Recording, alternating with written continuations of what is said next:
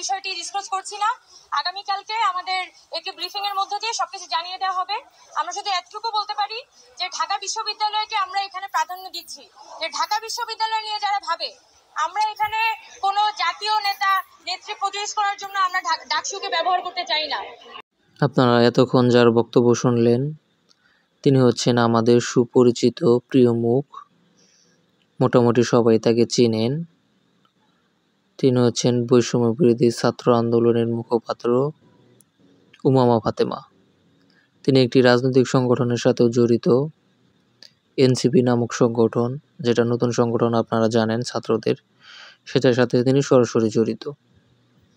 কিন্তু তিনি ডাকসু নির্বাচনে ভিপি পদে স্বতন্ত্র প্রার্থী হিসেবে ঘোষণা দিয়েছেন, কোনো দলের নয়। তিনি একটি স্বতন্ত্র প্রার্থী হিসাবে একটি প্যানেল করে নির্বাচন করবেন।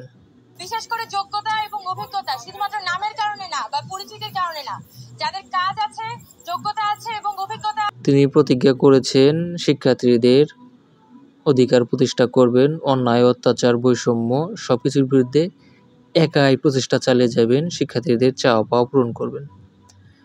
এখন আপনাদের কাছে আমার একটা প্রশ্ন, তিনি কি স্বতন্ত্র প্রার্থী হয়ে, একজন মেয়ে হয়ে সে কি ডাকসুতে টিকে থাকতে পারবেন? সে কি ভিপি পদে মনোনীত হতে পারবেন? যদি হয়ও সে কি তার কাজ বাস্তবায়ন করতে পারবেন? জানাবেন।